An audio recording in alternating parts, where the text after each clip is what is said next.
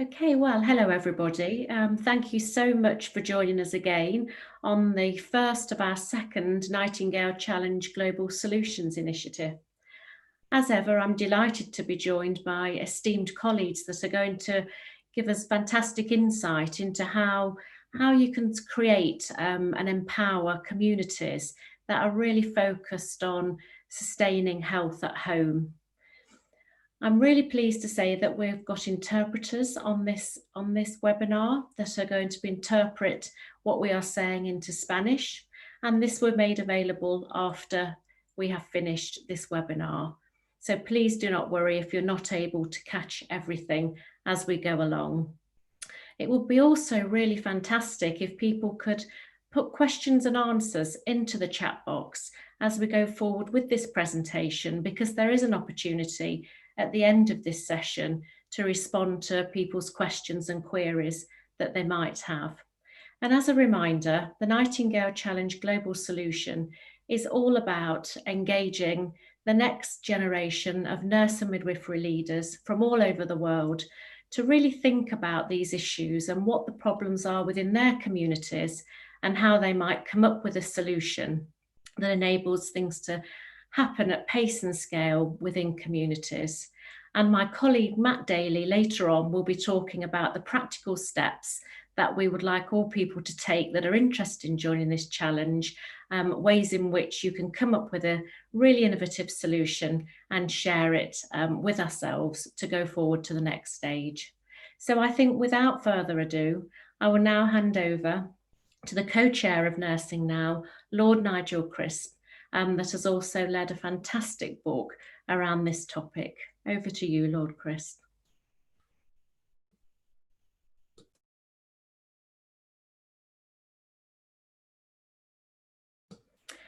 I think you're on mute, Lord Crisp. Yeah, I'm on mute. I'm on mute. That was a good start, wasn't it? Thank you, Lisa. Thank you, Lisa, for the introduction, and thank you everybody for joining us on this call. As Lisa said, I'm going to be talking about my book, and I'm going to be issuing a challenge that goes with it. And let me thank Mark Sanson and colleagues at Salus, who have my publishers for the book as well. Now, my background is that I worked for a number of years as the chief executive of the NHS in England, and I was also head of the Department of Health for the UK. But more recently, I've been working a lot in Africa and in Southeast Asia, and indeed in other parts of the world. And I have to say that working in those areas, I've learned a great deal. It's two-way learning. There's a lot that we in a rich country like the UK can teach others about health, but there's an awful lot that we can learn too. Everyone's got something to teach and everyone's got something to learn.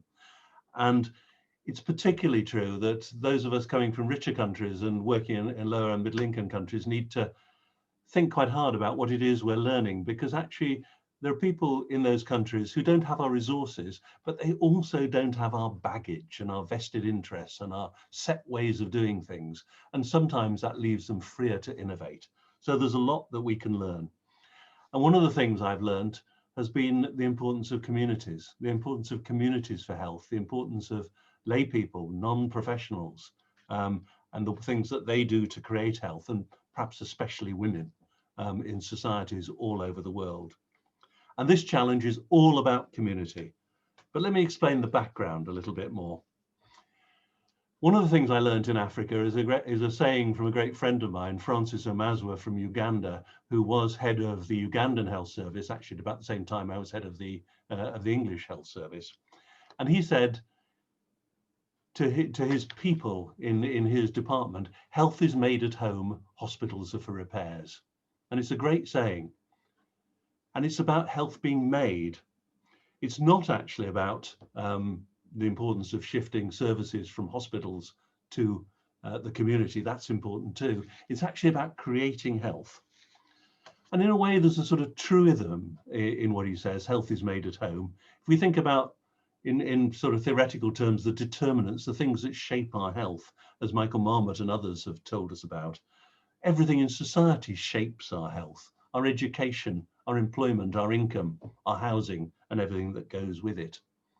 And it's also a truism that something like our National Health Service here in the UK can't deal with the causes of some of the big problems that we face, like obesity, addictions, poverty for that matter, stress, a whole range of other areas, loneliness, where the NHS can do the repairs, but it can't actually deal with the causes of those things.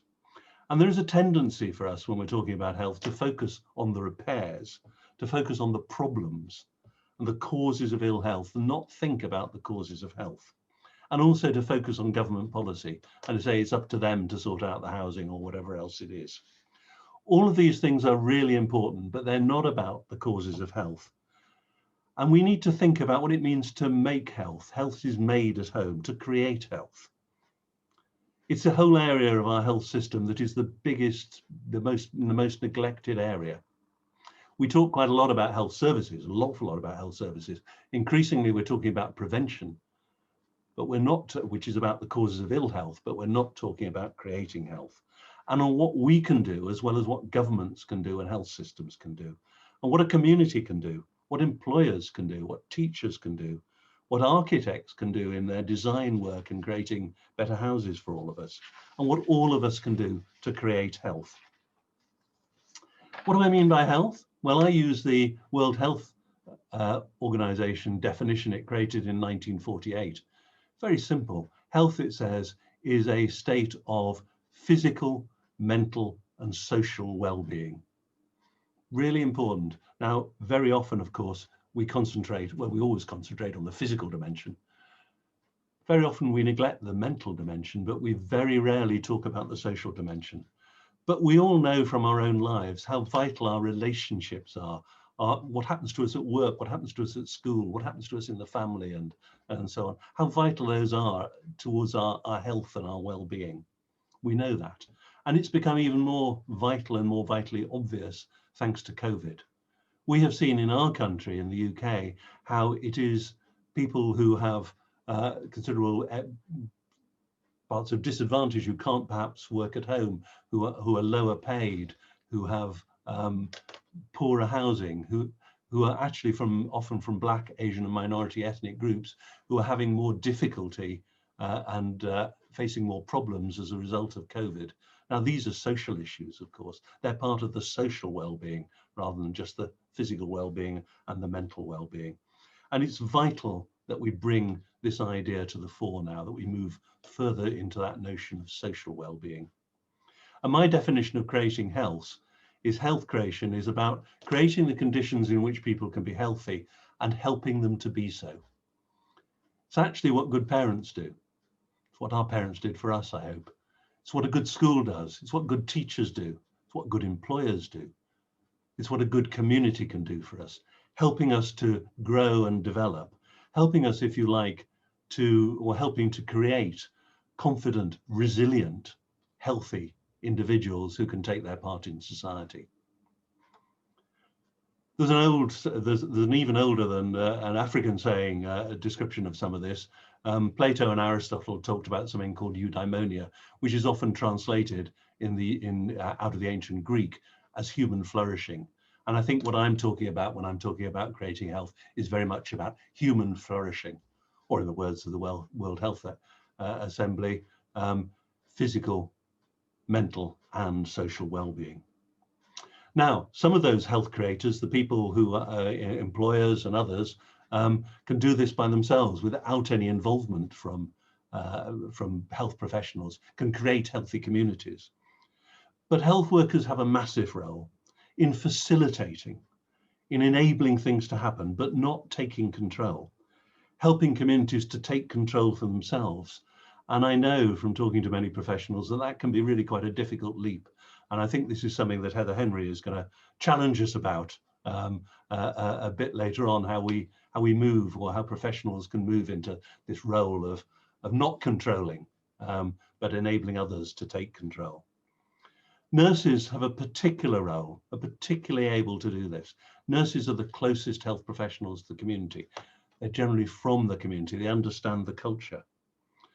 And of course, they're almost everywhere around the world. There are still, sadly, about 1 billion people who don't have access to a health worker, but those that do, the first port of call is often a nurse. But nurses also have, as people on this call know much better than I do, a training, a professional training and education that accentuates the biological, the physical and the social. It's not about biomedicine, it's about the whole picture. And so seems to me to be very well enabled to exercise this sort of role of helping the health creators, helping the people in the community to create health for themselves. We're going to hear some great examples today, and there are many out there.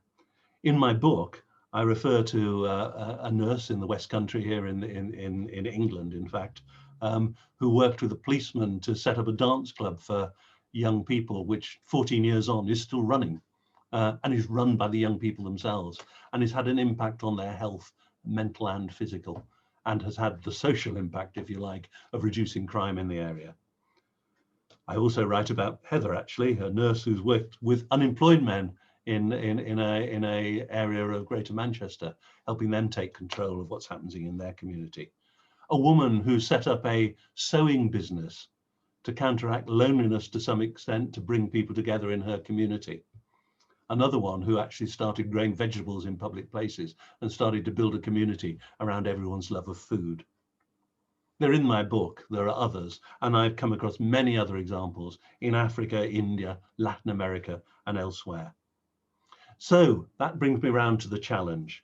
And the challenge today is for you as nurses and midwives to send me your ideas about an innovative nurse or midwife-led initiative to empower communities to create and sustain health. What can you do? What are you doing to enable communities to create health for themselves? It could be something you're already doing. It could be something you plan to do, or it could just be an idea at this stage which you'd like to talk through with us and think about how we take it further. But that's what I'm looking for. And the challenge is to come up with these great ideas which you're doing or you plan to do or you want to do about creating health in the community. And I'm really looking forward to hearing from you. Thank you very much. Thank you so much, Lord Crisp. What a brilliant introduction, as ever. We now move to Heather Henry. It's delightful to have you with us, Heather. And you're not only a nurse, but a nurse entrepreneur. I think we need much more of those across the country and the world. And you're going to talk to us about Breathe Champs. So over to you, Heather. And thanks again for being with us today. Thank you very much. We'll do a brief intro. I'm going to show you a video and then I'm going to discuss it with you. My name is Heather Henry. I am a nurse entrepreneur. I have two businesses. The one that I'm going to talk to you about is Breath Champs CIC, which is a social enterprise based here in Sale in the northwest of England. And I'm just going to show you a short introductory video which is a pitch to the young people of my town to ask them to work with me around Singing for Lung Health. So Hannah, whenever you're ready.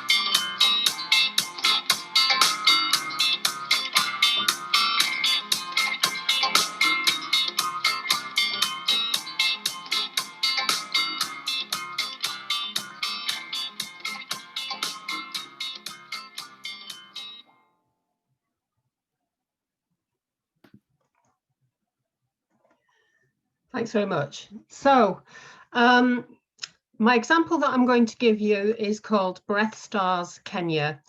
And the idea is to work remotely with a Maasai village in Narok County in Kenya called Starlight Academy. I'm going to be working with Starlight Academy and remotely to be teaching the teachers, children, parents and governors on how to sing for lung health.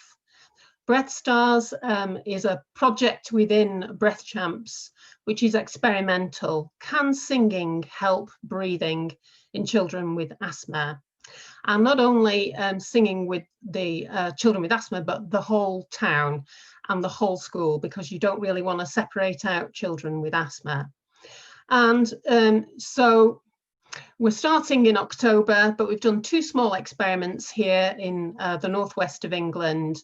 And it's also on the Academy of Fab Stuff if you want to check that out, just put in Breath Stars. And that video was a pitch to the young people of my town to encourage them to work alongside me, particularly to fundraise, because we don't have all the funds we need. Now, this is what's called an asset-based approach. It is the idea of a glass half full rather than a glass half empty. It's about using the strengths and skills of the people around you and going into partnership with, as a nurse, with people and communities. It's based on my own experience as a child with uncontrolled asthma. And so for this project, I don't have that professional distance that you might have. I put my whole self into the project. I call it the hokey cokey theory of community development. You have to put your whole self in and keep yourself there and to use your authentic self to enable others to work alongside you, using their strengths and skills. So the people of Anusia village cannot afford, unlike other parts of Kenya, I might say, cannot afford medications for their children's asthma. But what they can do as part of their culture is sing and dance. It's part of the Maasai culture, and indeed they use instruments as well, including animal horn, which are all extremely good in terms of exercising the lungs and practicing various breath control techniques that I have learnt from the experts here in this country. And it's about cascading that knowledge through the community, seeing the people I work with as partners. So they have knowledge and I have some knowledge and we blend it together. It's mutual aid. It's an exchange of resources. Because what I also want to do for the people of Sale is to have the children, they've just sent their first video, to have films of the children and the community singing together, because here in Sale, we cannot sing together because of COVID-19. And those videos will be shown to the socially isolated and the lonely here in Sale, hopefully an exchange programme with a local school, I'm aiming for that, and to bring songs of hope into the lives of some of the most isolated citizens in my town, with eventually the view to Sale becoming the country's first child asthma friendly town, which is a wider project. My project is intended to be health creating, and that involves the things that you'll find in Nigel's book. So people having meaning and purpose in their lives is extremely important. And my pitch to people to say, please help, please come along, please be trained, please young people of my town, will you help me? Because actually asthma is a big problem in teenagers in this country. They're the ones who are least likely to receive best care, according to Asthma UK. People feel in control of their lives. So it's not about me telling folk what to do, although I do teach them certain breathing and singing techniques. It is actually them deciding how to organise themselves to do this. They came to me to do this, not the other way around. And we're organising it with the Allergy and Asthma Organisation of Kenya, who are based in Narok, about 40 kilometres from the village. Meaningful social contact. So it's about the village seeing asthma as a problem and deciding together that they're going to do something. And of course, singing together is a very health creating experience. and to be there alongside a community to inject confidence. So as a nurse, I quite often say the only thing that I inject these days is confidence. It's working with the behaviour and culture of children and of the communities that you serve. So the underlying principles as you've seen, is the children learning through play and learning through fun. So I've written and published around learning through play for children with asthma, if you want to look that up. It's about telling stories. So I use the Three Little Pigs and the Big Bad Wolf, and the Big Bad Wolf's got asthma, don't you know? And the children have to show him how to use his inhaler, and also things like I wouldn't use, for example, for Anusia Village, but you know, Darth Vader, here's a secret, Darth Vader has asthma and he needs children's help to learn about it, as you can see. So everything is culturally appropriate and fitted to the community that's being served. But my nursing behaviours have had to change remarkably. I learnt this from another nurse called Hazel Stuteley, and it's about power shifting. It's about becoming the cheerleader rather than the leader. It's about enabling communities to find their own solutions and not fixing them. It's about an exchange of expertise, which can be confusing for a population that is used to somebody like me coming in and giving them a service. I don't give them a service anymore, and it takes them a while to settle into that. It's about listening at the beginning rather than telling. So I know a little of what Anusia is like before I start. And allowing people to self-organise, which is quite scary when you're used to starting projects with firm plans. That is quite scary. Now, my challenge to you today is, are you as a nurse addicted to fixing people? Because to feel good, quite often you have to feel that you're doing good. That's why many of us nurses and midwives come to be. We want to help people, but sometimes helping too much can create a dependency on services. And my worldview is more around enabling communities to find their own solution, and for me to make myself as redundant as quickly as possible. But that means that the focus is quite often, as Nigel says, on the fathers in Salford who found their own solutions and got back into work and helped their children. And I was gone. I left long before some of the huge benefits arose from that. And can you shift to enabling the community to be that hero and finding its own solutions and managing its problems, and you in an enabling role, not a fixing role? So that's my main challenge. In the chat, I'm going to put my course, which is a health creation course. I think it's the first probably that I've ever seen, which uses asthma as a tool to put forward some of these principles, and my Facebook page and my website, so you can follow that up some more. Thank you.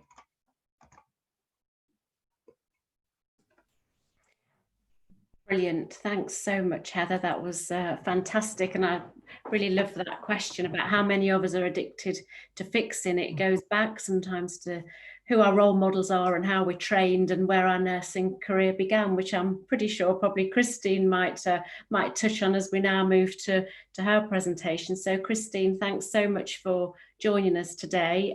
Christine's from C3, which is a decade old, just over a decade old now, and is going to talk to us about engaging health professionals in the experience of disadvantaged communities. Thanks so much, Christine. Over to you. Thank you, Lisa, and hello, everybody. It's a real pleasure to be here and to talk with you all. I'm going to hopefully share my screen and show some slides, not too many. First of all, to say how pleased I am to be here and to tell you what C3 is. It's interesting, two people so far have mentioned Hazel Stuteley, and her organisation's called C2, but that's quite coincidence. So C3's vision is a world where people aren't dying from preventable chronic disease because they find it easier to live healthy lives. We're a health charity that brings together different communities to create changes that make it easier for people to stop smoking, improve what they eat and drink, and be more physically active. So why is this important? Because those three behaviours, smoking, lack of physical activity, and the fact that most of us eat and drink too much, affect our chances of 5 chronic diseases: cardiovascular disease, diabetes, many cancers, chronic lung disease, and dementia, which are responsible for over 70% of all deaths worldwide. And you may say to me, I haven't mentioned COVID-19, but I will. So we believe that prevention is better than cure, and everybody nods and says yes, so do we. But it's so easy to say and much harder to do. So we've been working to engage communities, the people who are experts in their own health needs. And the best way is to break down the barriers that they have in their environment to living a healthy life so they can generate sustainable change.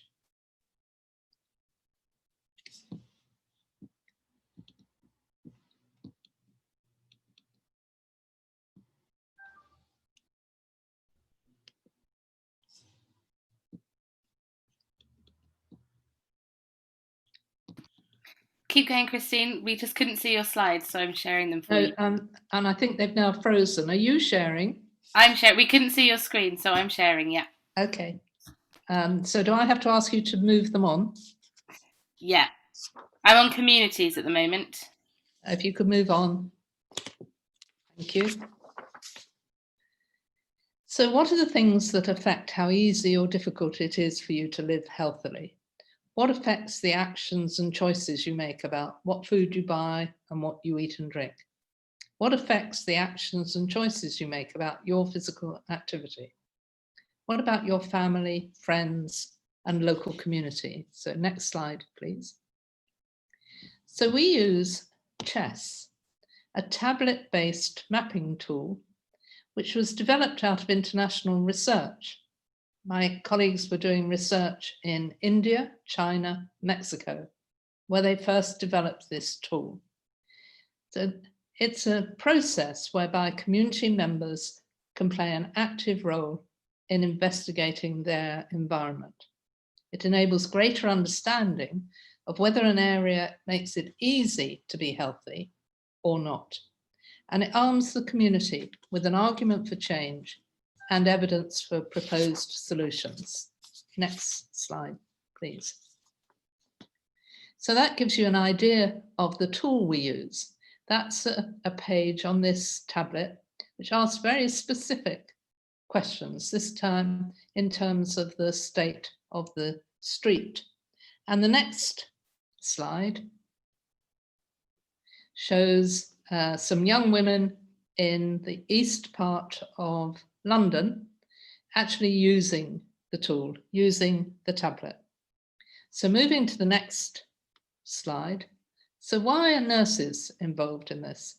So one of my favorite quotes is from the Director General of the World Health Organization many, many years ago, who said, if the millions of nurses in 1,000 different places articulate the same ideas and convictions and come together as one force, they could act as a powerhouse for change. If all those millions of us around the world felt as passionately as I do about how easy it would be to prevent those terrible chronic diseases. So moving to the next slide, there are, I think, 28 million of us. And we're working in promoting healthy behavior, in influencing health and well-being right across the lifespan. We're in diverse settings with all sectors of societies. And we can prevent and detect disease, we can support lifestyle change and manage ill health and prevent complications.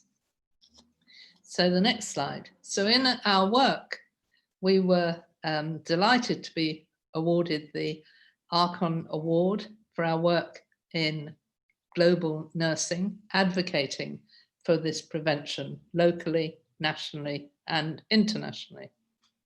And the next slide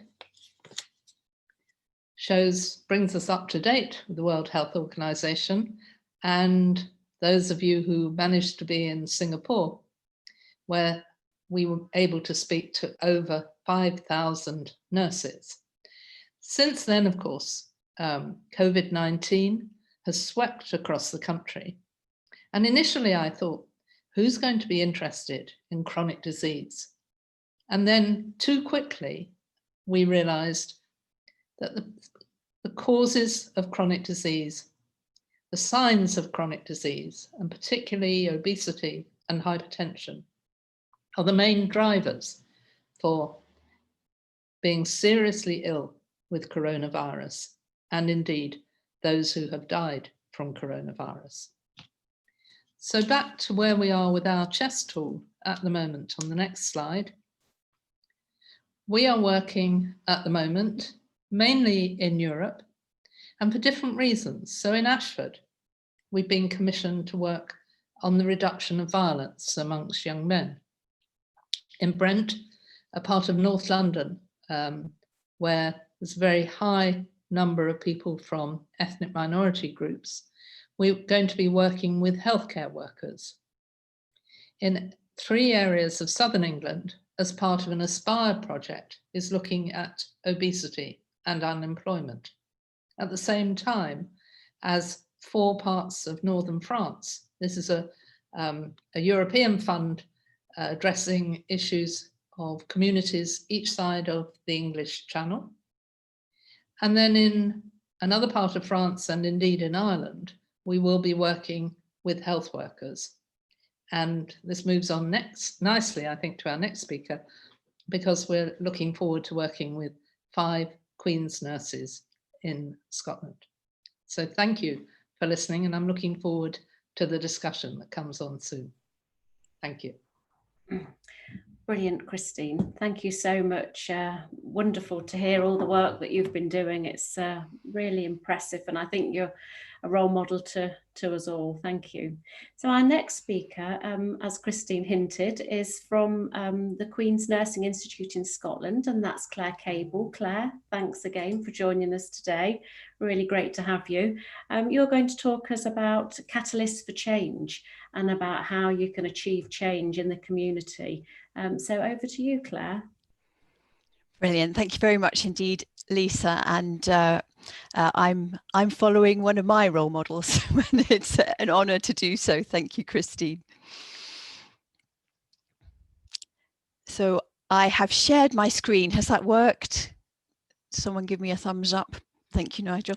Yep. Marvellous. So greetings from Edinburgh. It's great to be with you. In Lord Crisp's new book, I was struck by the new NHS Alliance 5 health creating practices.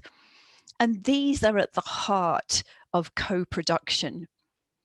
I'd like to share with you 3 quick examples, a midwife and 2 nurses who've developed initiatives which in small ways have empowered communities to create and sustain health. And I think they illustrate these 5 practices. Meet Hilary. Hilary is a senior charge midwife who leads the special needs in pregnancy team in Glasgow. Her team works with homeless women, teenagers in crisis, women with severe mental health problems, and women in the criminal justice system. But Hilary's specialist field is the care of women who are asylum seekers, refugees, or have been trafficked. Through Scotland's Queen's Nurse Programme, Hilary was supported to explore different ways of working. Instead of setting up a parent-craft antenatal class for asylum seekers using a tried and tested model, she spent time listening deeply to the women to understand what it was that they needed. What she heard was that travel costs meant women cannot get to classes. They can't get childcare to attend. and language is a huge problem. So Hilary worked with the Red Cross, and together they found funding to support travel costs. So they created a regular monthly session where children are welcome. There's food and fun. And they've engaged whispering interpreters who you may have come across who work in the court system. And they sit alongside women and translate quietly, one-to-one. The class brings together women who speak Albanian, Chinese, Vietnamese, Arabic, and Farsi. And what the women wanted to hear about was not childbirth and childcare. They knew all about that. But they had no idea where to find support, who to call when they went into labour, and how to navigate the National Health Service in Scotland. The next two examples are from our Catalysts for Change programme, which is now run in partnership with the National Lottery Community Fund. Grants of up to £5,000 are available to enable community nurses in Scotland to work in partnership with others to explore initiatives that prevent, reduce, or overcome inequity. Sarah Everett is a general practice nurse. This isn't Sarah. She's based in Govan, which is an area of multiple deprivation in Glasgow. She noticed that she was seeing more and more men with several long-term conditions who were not in work. So inspired by the men's shed movement in Australia, Sarah floated the idea with a number of the men she was seeing regularly in the clinic. And one by one, they were persuaded to get involved. With Catalysts for Change funding and showing extraordinary tenacity, Sarah negotiated the lease from Glasgow City Council to take over a derelict children's nursery building. The plans for redevelopment came from the men themselves. They designed and executed the refurbishment, and using their persuasive powers, they brought in donations of tools, furniture, garden plants, paving slabs, all from local businesses. They formed a committee and have now established themselves as a registered charity. After months of collective effort, overcoming a huge number of setbacks and challenges, the shed was officially opened in 2018. The health benefits have been extraordinary, and the impact on mental health, life-saving. The shed has rooms for woodworking, model making, reading, music, and space for playing darts and table football. But what the men value most is what we call in Scotland the crack, the banter, the fellowship of being together. There's a dedicated health corner with lots of information on living well, and Sarah is available for monthly health checks. She drops in as an honorary member of the shed. She's the only woman allowed. Men's sheds are not new, but it's not often that it's the primary care nurse who sets the wheels in motion.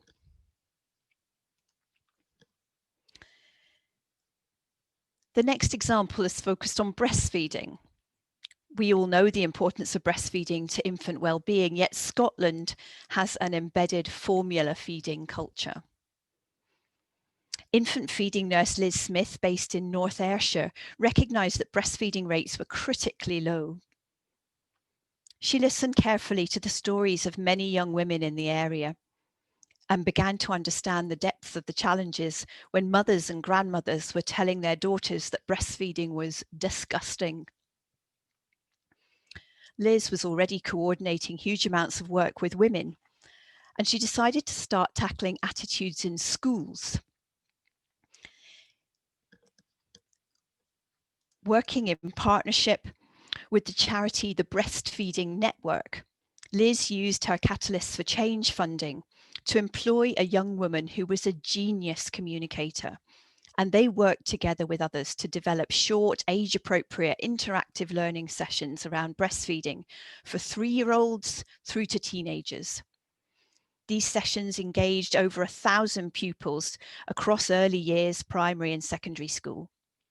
By listening to these children and young people, hearing their stories and understanding where some of their ideas came from, the team were able to develop activities which drew out common myths and challenged attitudes. And they made it fun, just like Heather's excellent example earlier. Young children particularly enjoyed interactive activities like breast milk demonstrations and matching baby animals to their mums. And teenagers appreciated having their ideas about breasts and sexuality challenged. Through the Queen's Nurse programme, Liz developed her confidence as a leader and has taken her skills in empowering communities to lead a new national programme for breastfeeding with Scottish Government. So what are we learning? If we're serious about empowering communities, we need to listen differently. As we've mentioned, as nurses, we're problem solvers. We come with endless ideas about how things could be, but we need to hold our own ideas lightly and listen to the voices that are seldom heard, the voices who disagree with us. Hilary would have put on a standard parent education class before she really listened to what women wanted. We need to stay curious, to really seek to understand the challenges people face and not make assumptions. We need to step back. Sarah is a guest in the men's shed. It's their space, run by them. And Liz realised that a younger, more relatable voice was actually more effective in engaging teenagers in conversations about breasts. Tenacity is required in bucket loads. Communities are complex and systems don't always support positive initiatives. Things take much longer than planned. None of this is easy. It took Sarah months to negotiate the lease on the disused nursery. And finally, we need to model self-care. Unless we are truly present, we cannot listen deeply. If our heads are full of our own stuff, we can't truly hear the voices of others. This work needs us to be in a good space. But most importantly, all of these examples were made possible by working in partnership, unleashing our potential as nurses, as facilitators and enablers of change. Thank you. Claire, thank you so very much. That was really powerful. And I was just thinking about those last 2 slides and how they are really a really good framework, I think, for our early career nurses and midwives to think about as they start to develop their ideas and what their solutions might be. So thank you so much for that. And it'd be great to further utilise those areas to help people come together with their ideas. So absolutely brilliant as ever. Thanks, Claire. So we're now going to move over to Matt, and Matt's going to give us some really practical examples and the way forward as to how all of you that are on this webinar, and I'm just so delighted with how many people there are from different countries. It really is truly a diverse global audience. So thank you so much for joining us. So Matt, now over to you to give an explanation as to how these brilliant early career nurses and midwives can get going with their ideas. Thank you. Lisa. So what I'm going to do now is share some concrete steps with you for developing your solution, and also give the deadline and the email address for you to send it to us. So the submission of the concept note needs to be with us by the 16th of November 2020 and by midnight, so that's 23:59 to be exact, British Summer Time. The email to send it to us is the nightingale@nursingnow.global. So getting started, don't worry if you miss any information today. Each webinar is recorded and can be found on the Nightingale Challenge website, so the information is all there. And once you have this information, you'll need to take 3 steps. So the first is to create a concept note. The second is to write your Nightingale Challenge global solution. And the last piece is to provide a conclusion to your solution. The first part, step 1, is to create your concept note. And you can do this in 200 words or less. And you're going to tell us about the challenge or issue that you're seeking to address. And take into consideration, is this a local, and what is the local, national, or global context for this? And you're going to tell us about your group. So you need to include group member names, their job titles and employers, the contact details for each group member, and a summary of your solution in 150 words or less that covers what the challenge is, why it is important, and how your solution will address the challenge or issue you are seeking to address. And again, take into consideration what is the local, national, global context. Step 2 is the largest part. We've broken this down into 4 areas, okay? And you can cover this in around 500 words.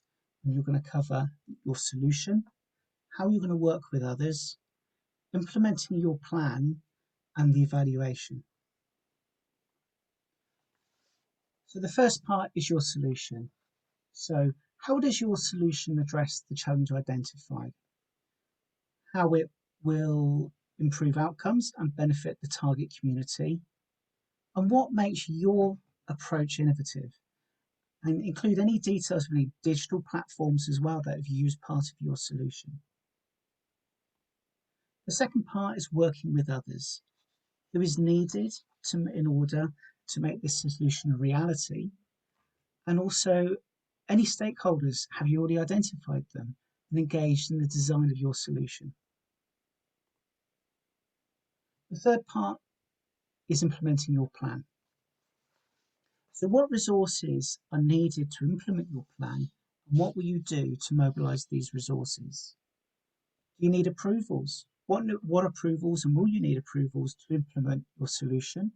And what steps will you take to get these? How are you going to get there? And the third part is to how is your solution sustainable, and is it scalable or not? And the last part of this large section is the evaluation. How will you evaluate the success of your solution? How would you spread the word and encourage a wider uptake of your approach? And how does your solution support leadership development of early career nurses and midwives? For example, does your solution encourage the involvement of early career nurses and midwives in influencing policies or decision making? Now, lastly, is the conclusion. This is a short section of around about 150 words. Tell us about yourselves and what motivated you to submit your solution. And can you also in this explain how participating in this initiative is supporting your career development, and how will you use the context made and the knowledge gained? Now, again, the date for submission is the 16th of November 2020, and it needs to be us by midnight, by 23:59 British Summer Time. And the address that you need to send it to is nightingale@nursingnow.global. Brilliant. Thank you, Matt. That was a really good run through of what needs to be done. But I do just want to reiterate, and I've put it into the chat box, don't worry if you didn't catch all that. We'll make sure there's information available for you on our web pages, and we'll also follow it through with tweets and information. And please do join our Facebook group. And this is the second global solution. So we're all learning here, but we've got some great examples from our first solution that we'll be able to share with you as well. So now we move back to Nigel and Mark to talk about what happens then if you win? How do we recognise these fantastic people that are putting forward some really forward-thinking ideas about how to do things differently? So I think it's over to you, Nigel and Mark, for more information. Great, thank you, Lisa. And let me echo what you said about how great it is to see people from countries all over the world, from east to west. I'm not quite sure who's the furthest east, but we certainly go west as far as Mexico, don't we, and beyond, and east to Indonesia and Myanmar and Jordan in the middle there somewhere as well, I see. So great, and Spain and Zimbabwe and Uganda. So great to see so many people there. And thank you for those fantastic presentations, which I'm sure gave people great ideas. In terms of if you win, there are two parts to it. The first one is a meeting with me as an advisor, if you like. You can pick my brains to see if you're taking your project forward, what I can do to help with. I ought to say at the beginning, I have no money. So my help and support will be in the form of advice, but we will have a Zoom session like this to talk through your ideas and see what ways I might be able to help or advise you on what you're doing. So that's part of it, because this is all actually about achieving something in the real world rather than just receiving a trophy. But for the other part of it, let me turn over to my colleague and indeed publisher of my book, Mark Sampson. Thank you very much, Nigel, and thank you to everyone at the Nursing Now team as well for inviting us to participate in this exciting initiative as well. I represent Salus Global Knowledge Exchange. We're a global knowledge research, publishing and events organisation that's dedicated to designing for human and planetary health. We're also, as we mentioned earlier, the publishers of Nigel's new book, Health is Made at Home, Hospitals Are for Repairs, and which has been a great privilege to be involved in this year and to meet many of the people involved in health creation across the world, not least Heather, Christine and others who have joined the panel today. Communities are very much at the heart of our work at Salus, and in particular our fourth Healthy City Design 2020 International Congress, which will be held virtually from the 29th of November to the 3rd of December this year. It's themed around designing resilient communities, recovery, renewal and renaissance. The event brings together an interdisciplinary approach involving public health professionals, clinicians, nurses, designers, architects, urban planners and policymakers to share research and practice on how to redesign our cities and the community services they provide to support health creation and improve the health of the planet. I think this important challenge can really help to demonstrate the critical role that nurses can play out in the community alongside many others to support people to lead healthy, fulfilling and meaningful lives for as long as possible. So in recognition for the winners of this challenge, we're delighted to invite that winner to provide a short presentation on their submission at the Congress, where they will be introduced by Nigel following his keynote address on building a healthy and healthy creating society. We'll further recognise the winner by publishing an editorial article on the submission within our digital journal, and any other support that you might need to connect you to our wider community about the work that you do will be there as a resource and a support for you. So thank you to everyone at Nursing Now and to Nigel to inviting us to be a part of this extremely exciting initiative.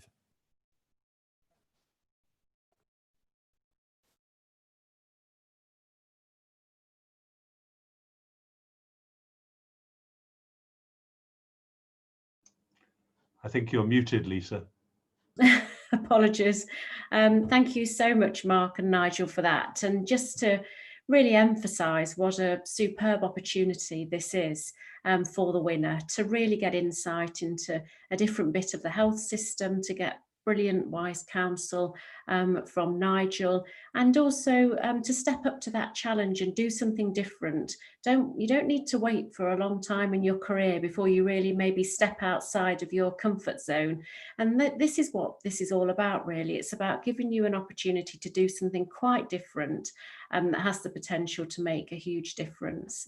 We now come to the questions and answers session, and I think we've had such brilliant information that it's sort of, people don't always think about the questions because there's so much to take in.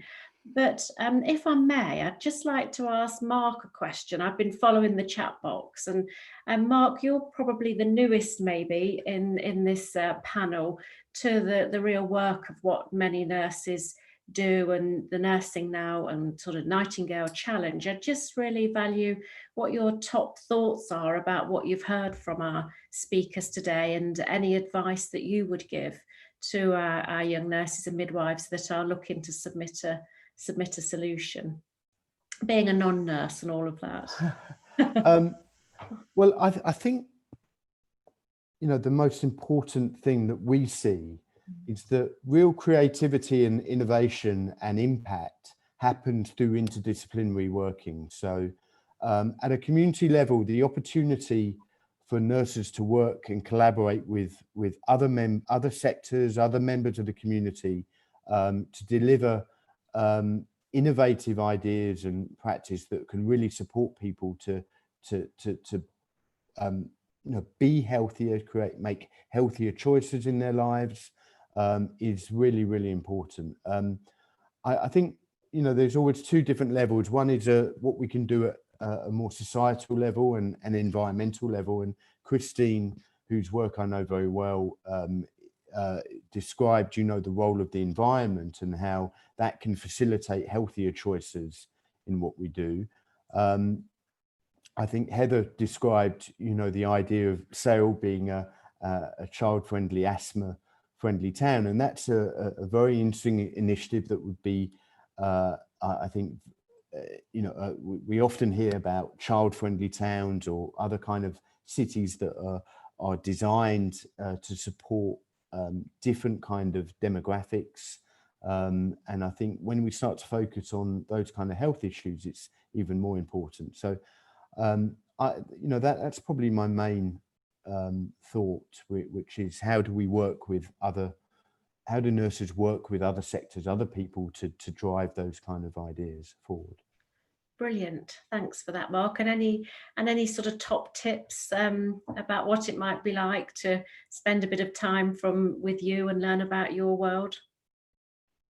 Well, I think just again, it's the same thing. I think the opportunity always to learn from other disciplines and other perspectives is really fundamental to our work. You know, we spend a lot of time bringing different disciplines, different people together and facilitating that, you know, creativity through that opportunity. So I think, you know, sometimes I remember many years ago when I was in hospital with a serious condition, and having been involved a lot in the design of hospitals for many years, seeing it from a patient perspective, I saw things very, very differently. And I think, you know, that's always incredibly important. Brilliant, super. Thanks so much, Mark. And Christine, there's been lots of comments in the chat about C3 and your brilliant work. I think, from your point of view, how do early career nurses step into this space if currently they're working in a hospital environment and there isn't many people around them that are promoting this sort of co-production and public health agenda? What would your top tips to them be? I think follow your passion, talk about it a bit, see who you might be surprised, who you might bump into who would share it. Obviously, look at the C3 website and join our network, particularly our nursing network, and then you can communicate with other like-minded people. So one of the recent interns we had was a nurse who just graduated from the University of Edinburgh, and her very first clinical placement as a student was on a renal unit. And she just was struck by how preventable the terrible conditions that she was nursing was. And she became passionate about prevention from that moment in her career, which had hardly started at that point. I think that people are talking much more about prevention. Just before this event, we were talking to a national patient organisation, which is broadening its membership with more people who are engaged in the real business of health and not just in the care of people with various diseases and conditions. So I think there are lots of opportunities. Talk about it, think about it. There are loads of Twitter and Facebook communication channels of like-minded nurses. So yeah, just go for it. As ever, Christine, a really brilliant tip. Networks and being bold, I think, are some of the things that you have excelled at in your career to date. So yes, definitely one for us all to remember. Thank you. We've actually got a question in the chat box just come up for Nigel from Adela, who is one of our fantastic Nursing Now board members that represents, I think, Europe, but works in Barcelona in Spain. So Nigel, the question posed to you is, what are the key elements to create health at home? Let me start with one of the things that Christine just said, which was the point about having something you were passionate about, having a goal in mind.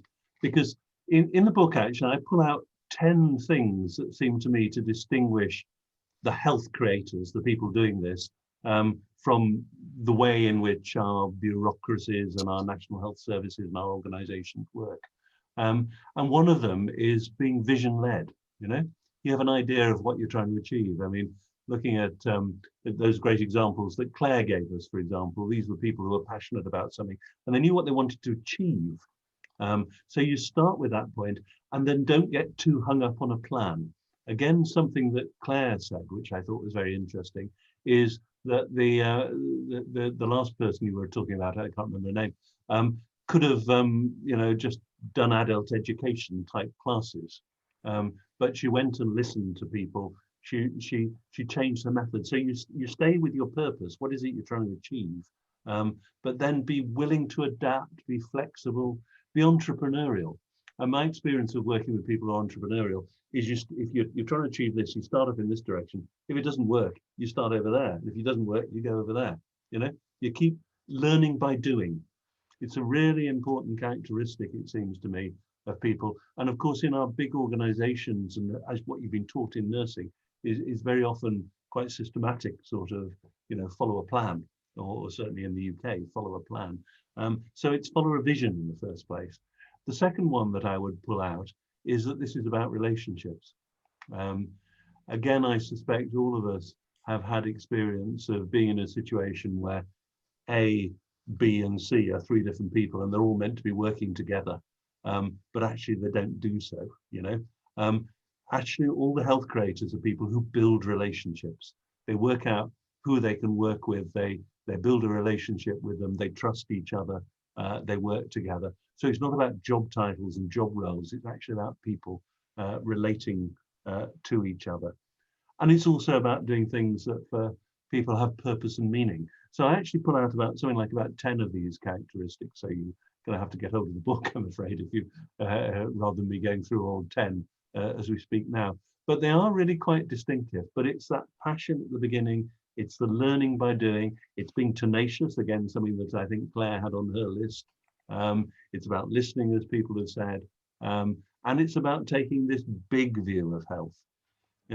This is how health creation is actually different from prevention, in my view. Prevention is very often focused on a disease, a disease or a set of diseases. Health creation is actually about creating health, a bigger sort of wider concept. Both, of course, are vitally important. But let me add just one final point, which actually isn't in those 10, but it's something that I'm very aware of, again, from listening to the health creators around the place and my experience generally, is don't worry if your idea is quite small. Start small. Don't try and change the world in one leap. Start small. There's a great piece of advice that somebody gave me. Start small, think big, and go fast. Really terrific advice. You know, okay, I want to change the world, but I'm going to start by changing this little bit. But I'm, you know, conscious that in the longer term, I want to move on to somewhere else. But I'm going to go fast as well and not be put off by the obstacles. And actually, sometimes going fast is very good because it stops people, you know, raising objections. You've just got to keep moving. So you sort of keep going with the momentum. I can see Heather laughing at that. But you get ahead of the opposition, you know. So start small, think big, go fast. Fantastic, thank you, Nigel. And Heather, actually, there was a question in the chat box that I was going to come to you about. Actually, was about sort of being a nurse entrepreneur. How easy was it to create that model, and how much support did you get from fellow nurses to put the word entrepreneur onto your title as nurse? Because I think there are some nursing communities that wouldn't see this as maybe an initial core skill set. Did you have to do any convincing to help people really believe that this is at the heart of nursing? Yeah, thanks, Lisa. It took me a long while to have the courage to say that I was a nurse entrepreneur. Yeah. To be fair. And also I get asked, well, what does a nurse entrepreneur do? Well, she does what she or he does, what's in their heart. And I think if you start from your passion, then you won't go too far wrong.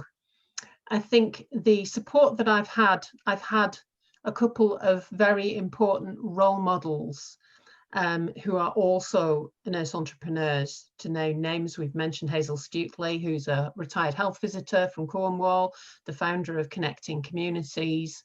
It was meeting her that convinced me to work alongside communities. Dave Dawes, who is heavily involved in the Royal College of Nursing, but has started many companies.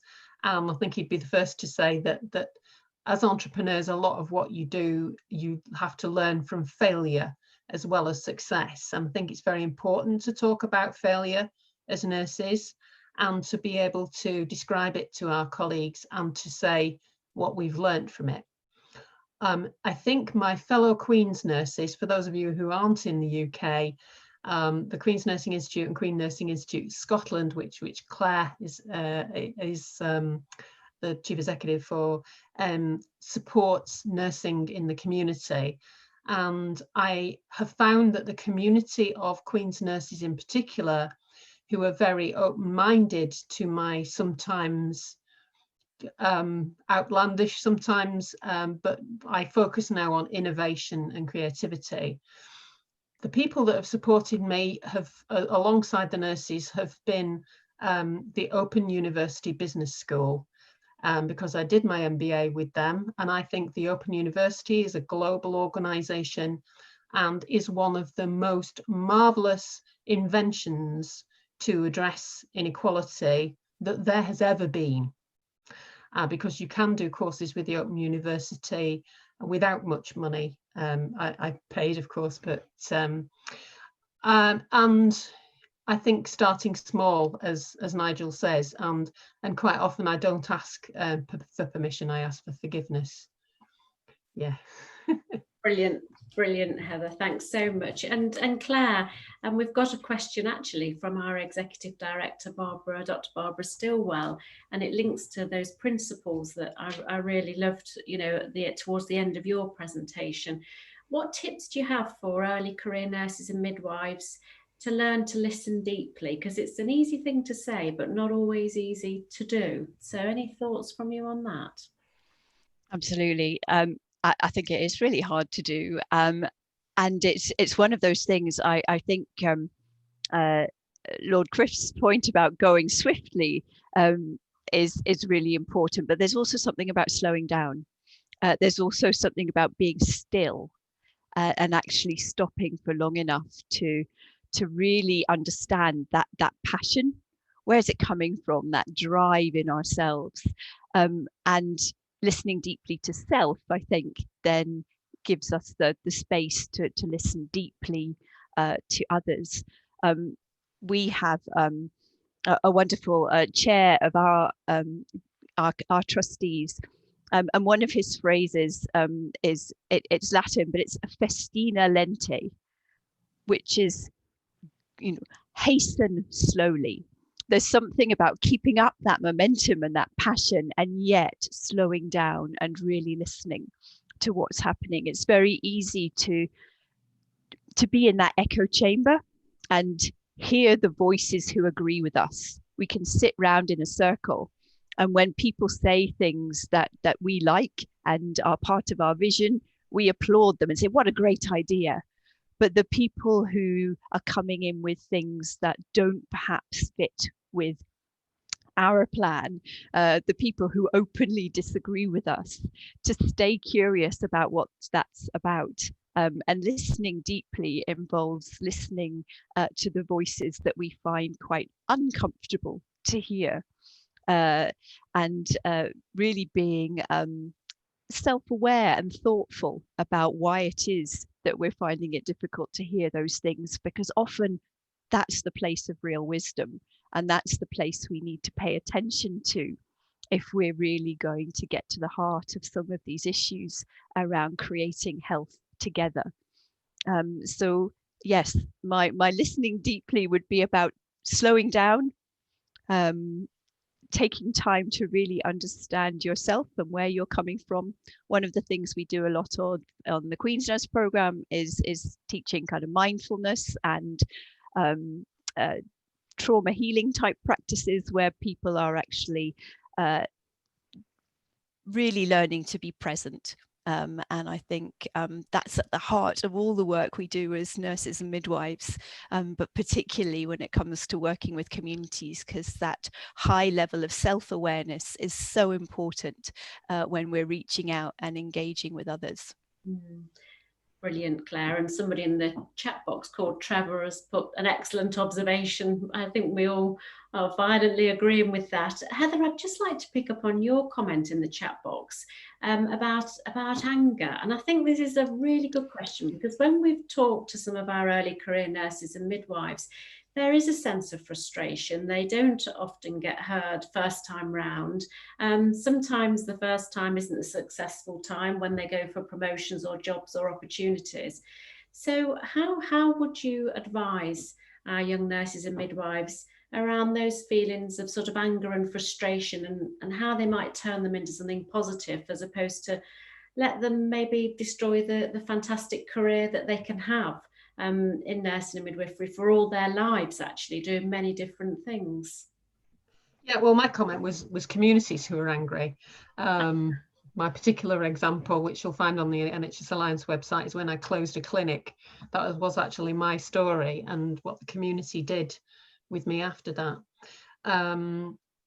So I think with nurses who are angry, I think it's that bit about what's strong, not what's wrong. That's an asset-based approach of everything that's going wrong for those nurses or midwives in their lives.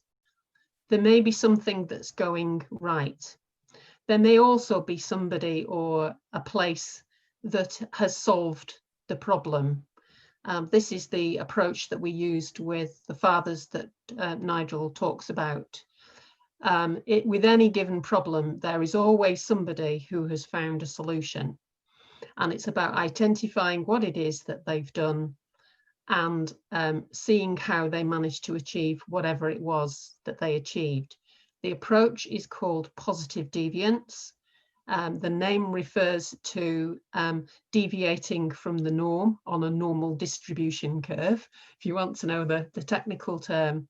So I would say, and you can go to positivedeviance.org, which is a US university, to learn more about that. So I would say start with the what's strong, find out anybody who's done anything that's good about that. And also I would do plan, do, study, act. I would start extremely small, start in a very small way and learn from both success and failure. Brilliant, Heather. Thank you. And I think we've probably got time for 2 more questions that have come into the Q&A box now. And the first one is from George that we've just had interpreted. So thank you so much, George, for this question. And it's really about why is it important for young nurses and student nurses to be involved in the challenge? Well, where to start actually on this one? I just wonder, Nigel, it'd be really good if you could just remind us all why the Nightingale Challenge was so important to you, and why we've put a focus on young nurses and midwives as part of this global movement that you've been leading for us. Yeah, thank you for that. I mean, there's probably a couple of answers to the Nightingale Challenge one, a couple of starting points. One was that quite a lot of young nurses said to me, what are you doing about young nurses? Now, this was me attempting to listen deeply, you'll be pleased to know, Claire, because I could have said, well, you know, we're going to concentrate on the senior ones, and once we get that right, we'll think about the younger ones. But actually, you haven't thought about it. Actually, there's this huge cohort of young people coming in with all that energy and enthusiasm into nursing and midwifery, and how do you capitalize on that? And actually, to be told, wait until you're older, and then you can go on a course, doesn't feel like the right answer, does it? So that was partly what it was about, but it was also my recognition, why I promoted this particularly, was that this is another generation. They're more tech savvy, they're probably more assertive than some of their older colleagues, and actually there are generations that are different from each other. We know about millennials, and we know about Generation X and Generation Z and so on. And people need something that's focused much more on them and their capabilities and their ideas. And finally, the point that for the future, what's health going to be like in 20, 30 years time? What a young nurse qualifying now, what are they going to be doing in 20 years time? It's probably not what people are doing today, is it? In all kinds of different ways. So life is going to be a constant set of learning. So being able to learn and adapt and get used to learning and learn in unconventional ways from your colleagues. Heather's great point about positive deviance, going and finding somebody who's got an answer somewhere. Thinking about people as colleagues in a different way. Your colleagues aren't just the other people on the nursing team, nor are they just the other health professionals, nor are they people who have any dealings with health. They may be the policeman who's working with the community. They may be, you know, I mean, men in sheds is such a good idea, isn't it? I mean, it's not where you'd instantly come to from reading a nursing textbook. But having visited a couple of men in sheds, the first one I visited, actually, they hadn't built their shed yet. But it was quite clear that it was having an impact on a bunch of people who'd got themselves socially isolated and was having an effect. So it's for all those sort of reasons that I think people need to keep learning, need to want to keep learning, need to be open to other ideas, because and these ideas are going to be bigger in the future. Yeah. We all know about non-communicable diseases and the way epidemiology is changing. Well, the care that people need, the support they need for that is so different from the acute sector, and public health is coming more into focus and so on. So there's a fair bet that all of this is going to be even more important in the future. Great, thank you for that, and apologies, Nigel, but there's just one more question that's popped into the Q&A for you again. So it relates to your book, and the question's from Tasha, who says that one of the lines in Nigel's book, which is excellent, is that relationships and culture always trump structure and strategy. So Tasha wonders how you approach networking and how you identify relationships that will nurture the culture that you want to promote. And it might be good if others want to come in. I think I've got a little note that Heather's quite keen to have a go at this question as well. So anything from you, Nigel, and then we'll go to Heather. Well, I mean, some people find it naturally easy to network, and they're you know, I'm an introvert. I actually find, you know, this is quite a big gesture for me, whereas I suspect for some others, this is a small gesture, you know, and sometimes one of the things you have to do is to learn that actually this is part of your professional tools is yourself and how you relate to others. I have had long experience in management. I can see two people with the same sets of skills. This one gets stuff done, this one doesn't. This one that gets stuff done, they get it done because they're good at working with people and they're managing relationships, and they may be managing networks and so on. And you can learn to do that even if you're an introvert.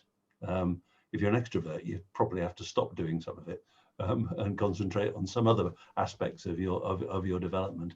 But it's a really important point that you and how you behave. I think Claire again mentioned something about self-knowledge. How you behave is so vital. And when I was running the NHS in England, I sort of sat on top of a structure with several hundred NHS organizations, and they all at some time or other got into trouble because it's difficult running health services. The ones who failed were the ones who, when they got into trouble, went into siege mentality. They went and hid in their offices. They went back to sort of their comfort zone. The ones who succeeded, even if they had the same level of trouble, were the ones who went out and found a friend. They went and looked for the idea, as Heather said, or they just went, didn't even need to be the positively deviant idea. They just went and looked for people to give them a bit of wise advice or whatever, So this relationship stuff is really fundamental in terms of how successful you are as a professional, whatever sort of professional you are, frankly. Brilliant, thanks for that, Nigel. And Heather, over to you for your thoughts on this question as well now. So as a public health nurse, I'm rarely with other nurses. I'm with anybody and everybody. And I was taught when I was learning asset-based community development that people do stick to their comfort zones. And the analogy put to me was, if you're on a journey, to get off at a different junction and to vary your routines, to go to places you wouldn't normally go to. And so one day I ended up in a school of architecture at Manchester Metropolitan University to talk to architecture students about that idea of physically building communities and environments. And that was a bit of an experience for me in a banked lecture theatre, talking about community to architects, for example. I think having a local guide is very important when you're wanting to network, because there is that issue of confidence and the right people to see and being introduced to people when you may not be overly confident or know what to do or anything like that. And I think when you're to go to places you wouldn't normally go, I think it's very important to sit and listen to understand, not to join in. Listening to understand is really very important. And people quite often expect nurses, when they go to places, to do something or speak about something. And I've had GPs not go to networking events because they didn't know what to expect or what was expected of them. And quite often, different communities are just glad that you're there listening. So don't be afraid to go and do nothing, because doing nothing as long as you're listening is a very valid networking experience. Brilliant, Heather. Thank you. That's just fantastic.